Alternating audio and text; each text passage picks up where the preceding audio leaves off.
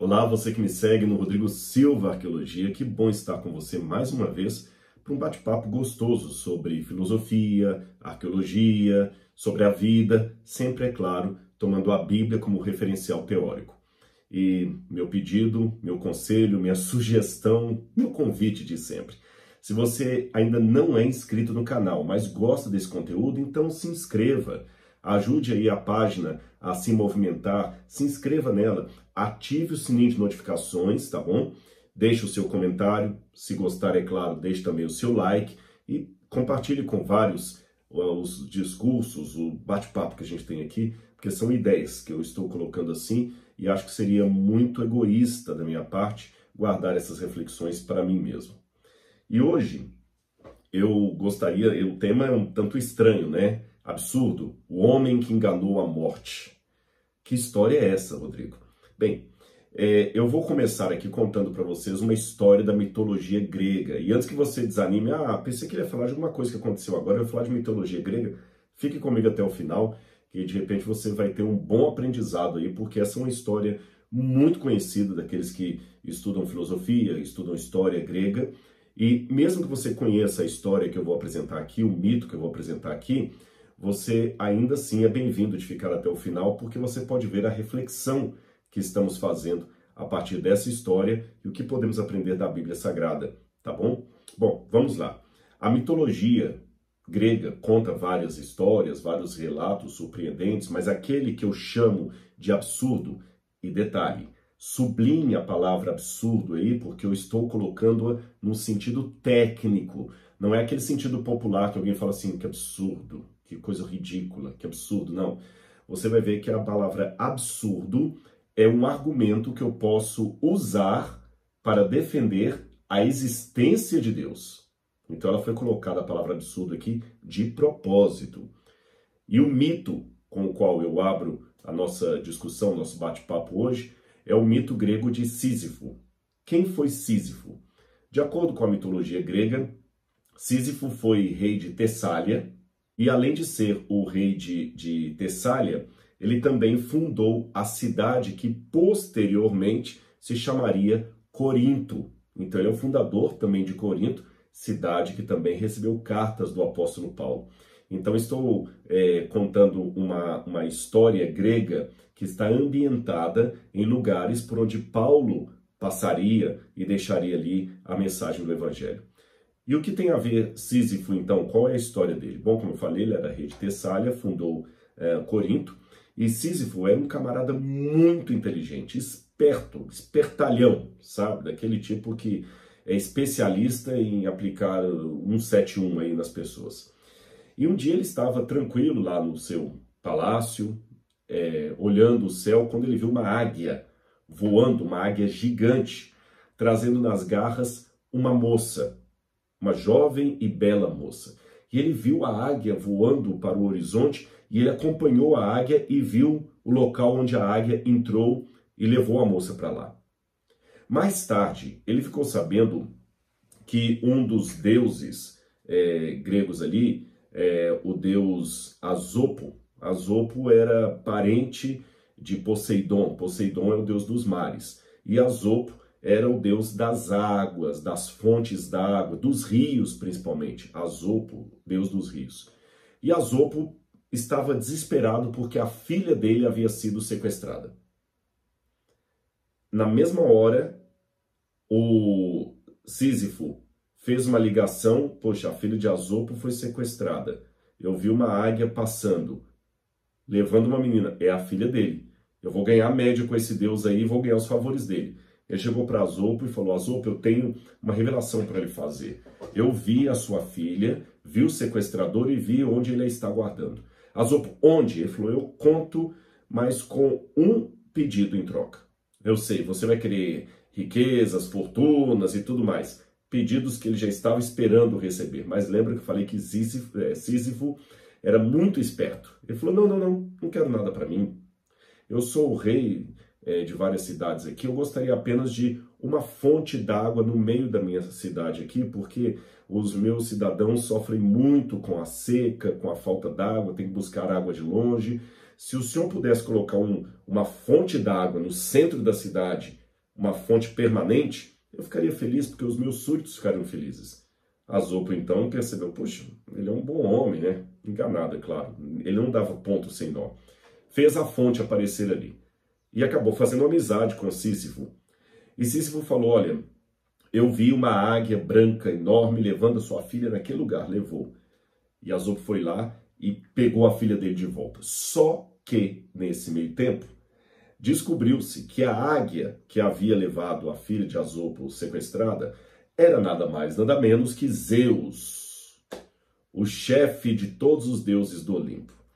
E a fofoca correu solta, naquela época já tinha isso, e em todo o Olimpo falaram que Zeus tinha sequestrado a menina porque ele tinha se apaixonado por ela. E você sabe, Hera, a irmã de Zeus, tinha como característica o ciúme em excesso. E ciúme justificado, porque Zeus vivia pulando a cerca. Então Hera criou um barraco no Olimpo com Zeus, e Zeus ficou irado, porque além dele perder a amante que ele estava tendo, ele agora tinha o problema da mulher ali, criando um inferno em pleno Monte Olimpo. Então Zeus quis saber quem foi a pessoa que o denunciou. Quando ele descobriu que era Sísifo, ele mandou o deus Thanatos, que era o deus da morte, ir lá e matar Sísifo e levá-lo para o inferno. Só que Sísifo também já tinha previsto que isso poderia acontecer. Como eu falei, ele não dava ponto sem nó, ele sempre jogava 3 jogadas à frente do adversário. Quando Thanatos chegou para buscá-lo, ele falou assim, ele não mostrou resistência, ele não fugiu. Só que Thanatos, quando foi pegá-lo, ele falou assim, olha, Deus Thanatos, você é tão poderoso, como você é grandioso. E Thanatos tinha uma quedinha para a vaidade. E Sísifo o elogiou tanto que Thanatos ficou realmente embevecido. E ele trazia umas correntes da morte assim, Thanatos, tanto é que a palavra Thanatos em grego significa morte.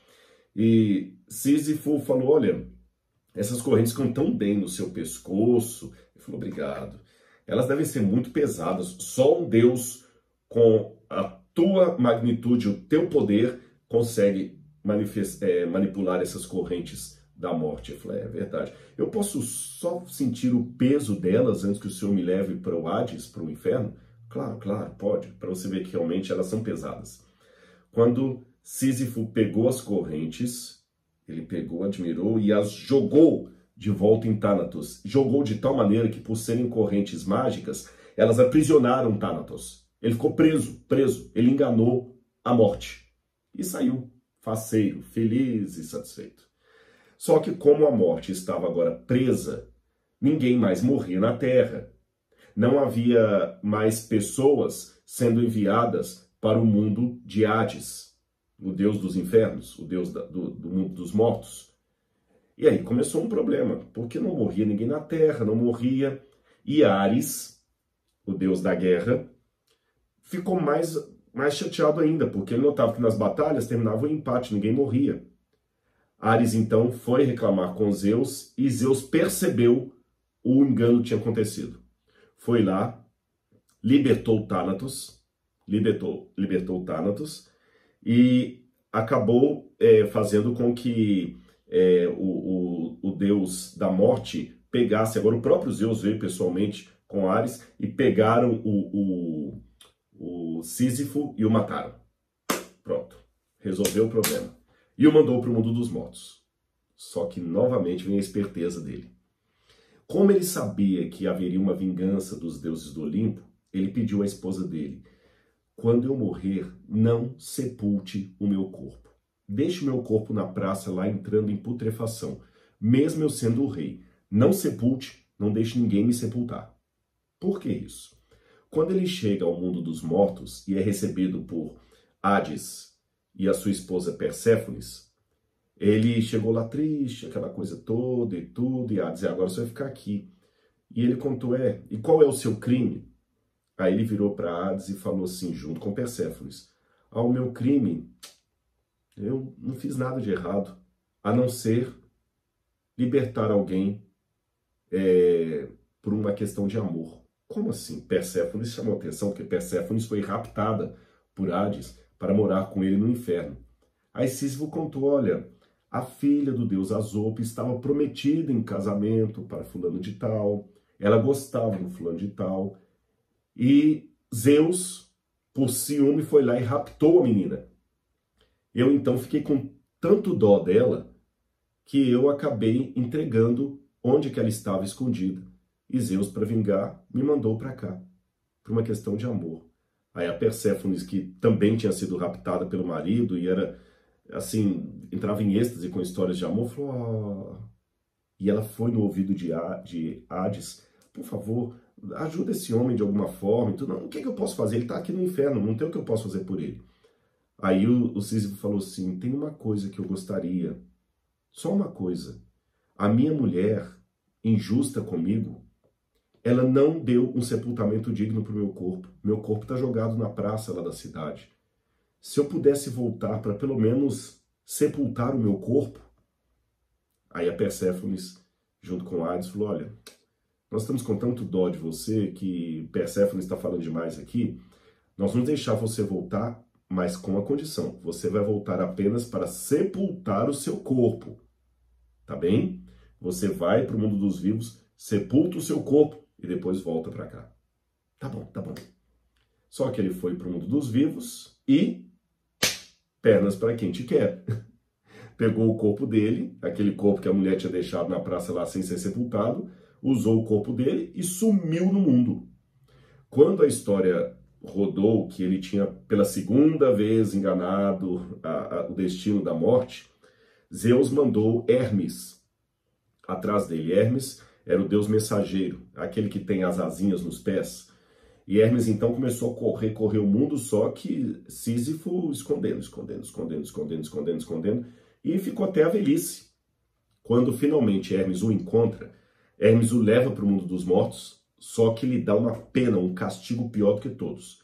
Ele o coloca junto com outros condenados na parte mais horrível do inferno, e o castigo de Sísifo foi o seguinte, ele tinha que pegar uma pedra de mármore enorme, e rolá-la, subir com ela uma montanha, pesadíssima.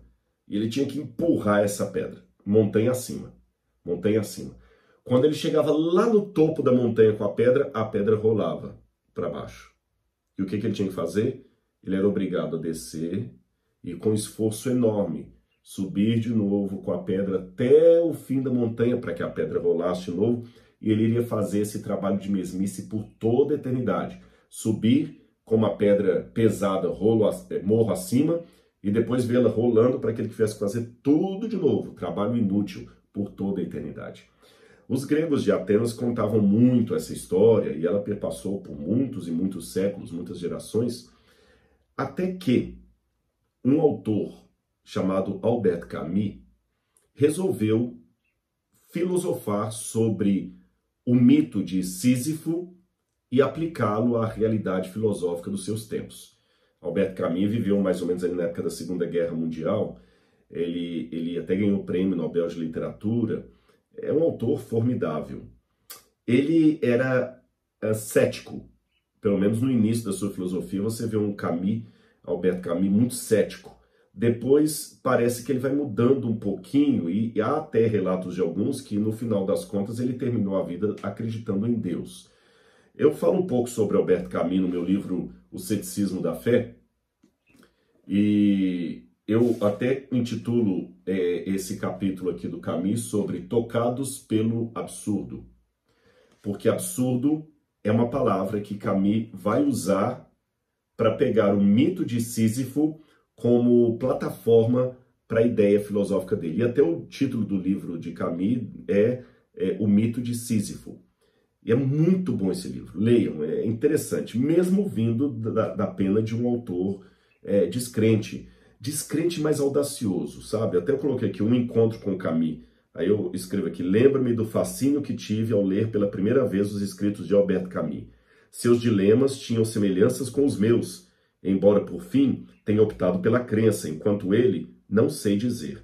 É difícil afirmar com certeza se Camus era ateu ou agnóstico e se morreu nesta condição. Aí eu vou destrinchando um pouquinho o mito de Sísifo e o que Camus apresenta. O livro dele tem capítulos curtos ali, mas muito precisos. Ele começa falando, na verdade ele só vai falar do mito de Sísifo no último capítulo, embora esse seja o título da obra dele. Ele começa a falar ali no início do capítulo sobre o absurdo. E o que é o absurdo? O Camus falou que nós, de certa forma, procuramos sentido num mundo sem sentido. Porque, partindo do pressuposto que não exista Deus, que não exista transcendência, que não exista vida eterna, a nossa vida aqui realmente é uma mesmice.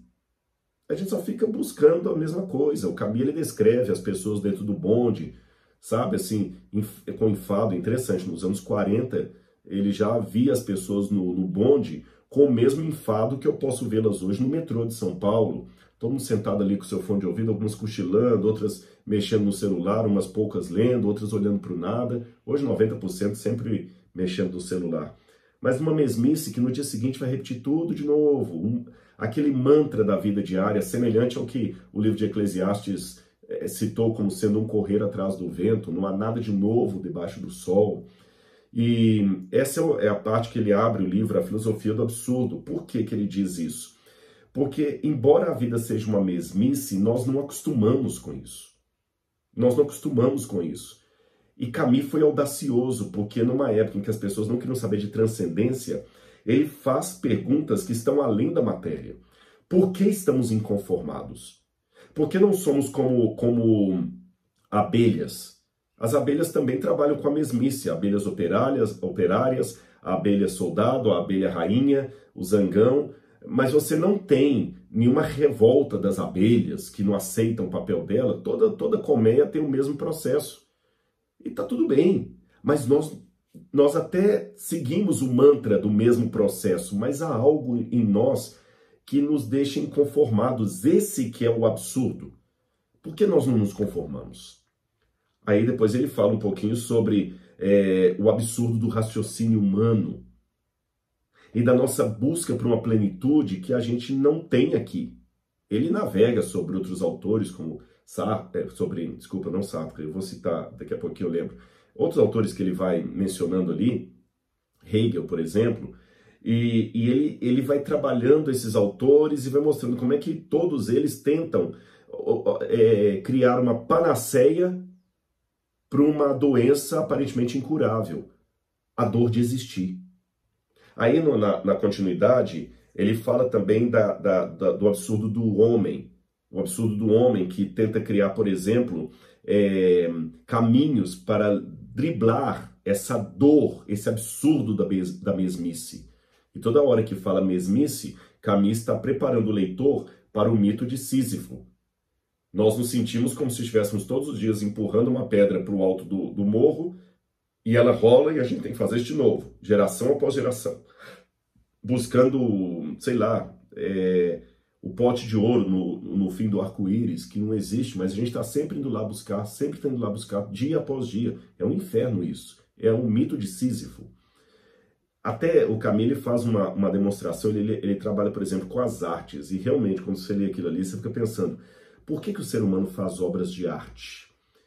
Acontece um atentado terrorista num lugar, eles fazem uma placa, uma praça, um monumento, um sujeito está apaixonado, ele cria um poema, um romance, isso nos fascina. Esse ato humano, bem humano, de criar obras de arte, é uma demonstração da nossa inconformidade com esse sistema de mesmice, esse sistema de Sísifo, que nós estamos sempre rolando a pedra e ela volta, subimos com ela, ela volta. A gente faz isso todos os dias, geração após geração, mas nós não nos acostumamos. Ele até dizia, o Camus, se o mundo fosse suficientemente claro, a arte não existiria. A arte existe justamente porque nós estamos num mundo absurdo, um mundo que não faz sentido. Mas nós buscamos sentido no mundo que não faz sentido. Aí, finalmente, ele fala da criação do absurdo e termina com o mito de Sísifo. Aí vem uma nota interessante, até com um certo... Tem um otimismo por um lado em Camus, mas tem um pessimismo no outro. O otimismo é o seguinte, ele fala que talvez essa mesmice podia nos levar para o suicídio, porque nós temos duas alternativas, o suicídio ou a busca. Aí ele fala, não, o suicídio não é a alternativa. O suicídio não é. A alternativa é a rebeldia, é a inconformidade. Aí ele fala do mito de Sísifo e para por aí. Mas depois de ler Camus, eu insisti nessa questão do absurdo.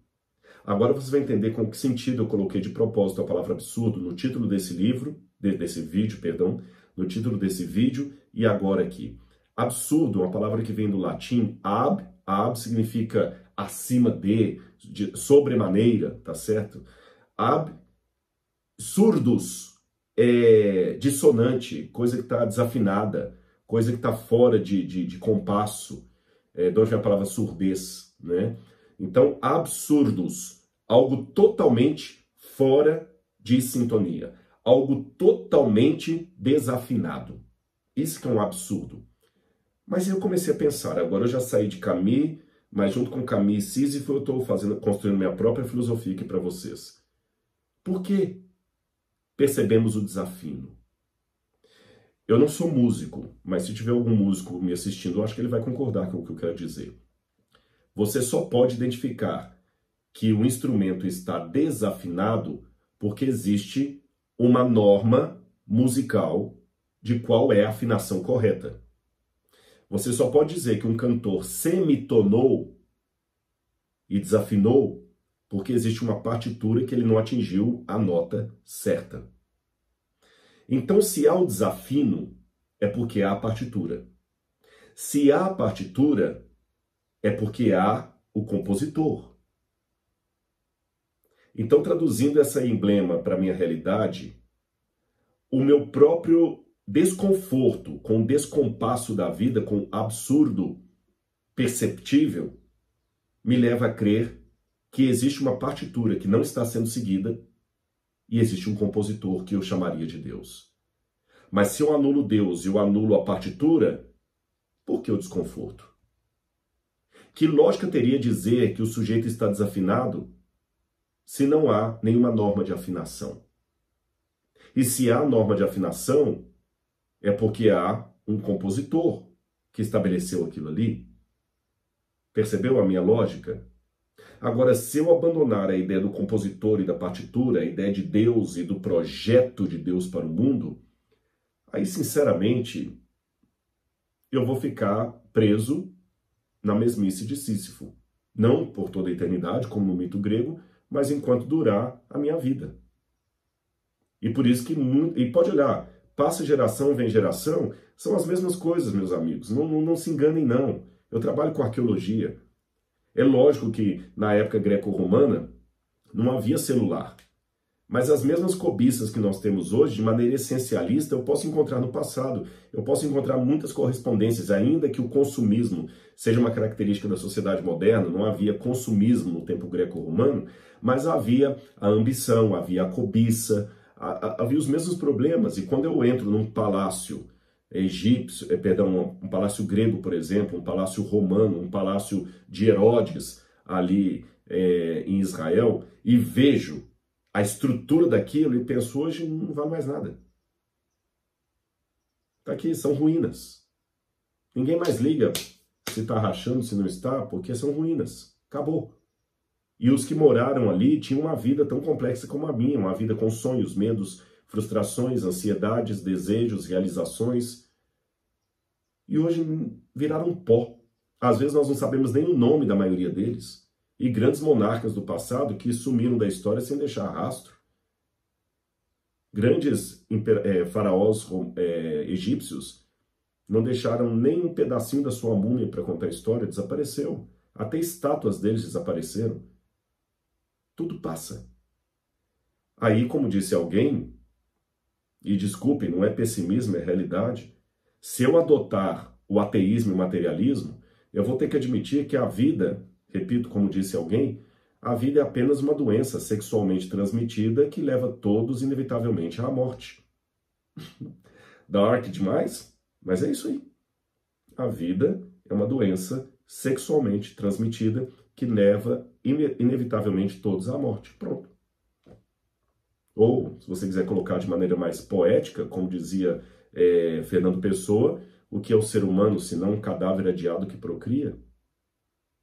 Mas existe algo dentro de mim que sente que não está bem que a coisa seja assim. Existe algo dentro de mim, e aí não independe se eu sou cristão, ou judeu, ou muçulmano, ou budista, ateu, agnóstico, ou materialista, ou radical, brasileiro, jordaniano, africano, não importa, África do Sul, da Coreia do Norte, da Malásia, não importa de qual canto do mundo que eu seja. Todos nós concordamos que leucemia e criança não combinam na mesma frase, ainda que a gramática o permita. De onde vem esse desconforto? Essa sensação do absurdos, de que algo está elevadamente fora de compasso, desafinado. Por que não nos conformamos com a mesmice de Sísifo? Por que tentamos ainda vencer a morte e enganá-la, mesmo sabendo que mais cedo ou mais tarde, Hermes nos achará? Eu tenho uma passagem da Bíblia que eu quero ler para vocês. Eclesiastes capítulo 3, versículo 11 diz assim: Deus fez tudo formoso em seu tempo e também pôs a eternidade no coração do ser humano. A palavra eternidade no hebraico é a palavra olam, que algumas Bíblias traduzem por mundo, mas não é uma boa tradução, porque olam é mundo no hebraico pós-bíblico. Mas no hebraico bíblico, olam é mais do que mundo, é mais do que universo, é o todo da existência, o todo da realidade. Realidade, outra palavra muito importante que vem desde Duns Scotus, realitas, o que realmente existe, o que realmente há. T.S. Eliot dizia que o ser humano não suporta por muito tempo a realidade. Por que o ser humano não suporta por muito tempo a realidade? É porque ele insiste em viver como se Deus não existisse. Ainda que formalmente se diga crente e religioso, mas na prática se traduz num ateu. Ele diz acreditar em Deus, mas vive como se Deus não existisse, como se não houvesse céu, como se não houvesse eternidade, como se não houvesse as promessas que Deus fez aos seus filhos, especialmente pela teologia cristã, que nós temos a promessa da salvação pela graça de Jesus. Quando você vive como se essas coisas não existissem, aí realmente você entra em pânico, porque tudo indica que a sua vida é só essa. É uma vida de enfado, uma vida de subir com pedra morro acima, deixar rolar morro abaixo, subir com a pedra morro acima, deixar rolar morro abaixo, nesse sistema cíclico de Sísifo, que nos condena a ficar com as mesmas repetições dos nossos ancestrais, sabendo que amanhã alguém também vai nos sepultar. Eu vou ao asilo e vejo lá alguém bem velhinho, precisando de ajuda para poder até ir ao banheiro, mas às vezes me esquecendo que amanhã serei eu. E se a vida for só isso, aquele velhinho que hoje está com Alzheimer, que está precisando de alguém até para ajudá-lo nas necessidades fisiológicas, ele no passado foi tão vivo como eu e amanhã será aquilo. E pior, depois eu vou morrer. E quando morrer, acabou. Aí qual a alternativa que as pessoas buscam sem Deus? A alienação. É por isso que bebida alcoólica, cigarros, drogas e entretenimento barato fazem mais sucesso do que o evangelho, porque consegue alienar a mente. A droga faz você parecer que você não está no inferno de Sísifo, porque durante aquele momento ali você fica noiado, tudo beleza. Quem tem Cristo e as promessas de Deus não precisa de alienação nem de medo diante da realidade.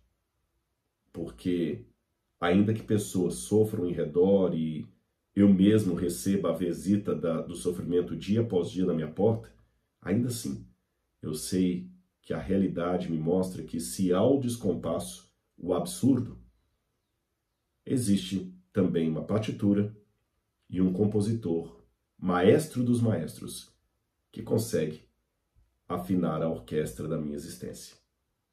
Até o dia em que não haverá mais desafios nem absurdos, porque estaremos para sempre com o nosso Senhor. Esta é a maneira cristã de vencer a morte, não pelo engano, mas pelo sangue do Cordeiro, que prometeu a vida eterna a todo o que nele crê. Um abraço e até o nosso próximo vídeo. Tchau, tchau!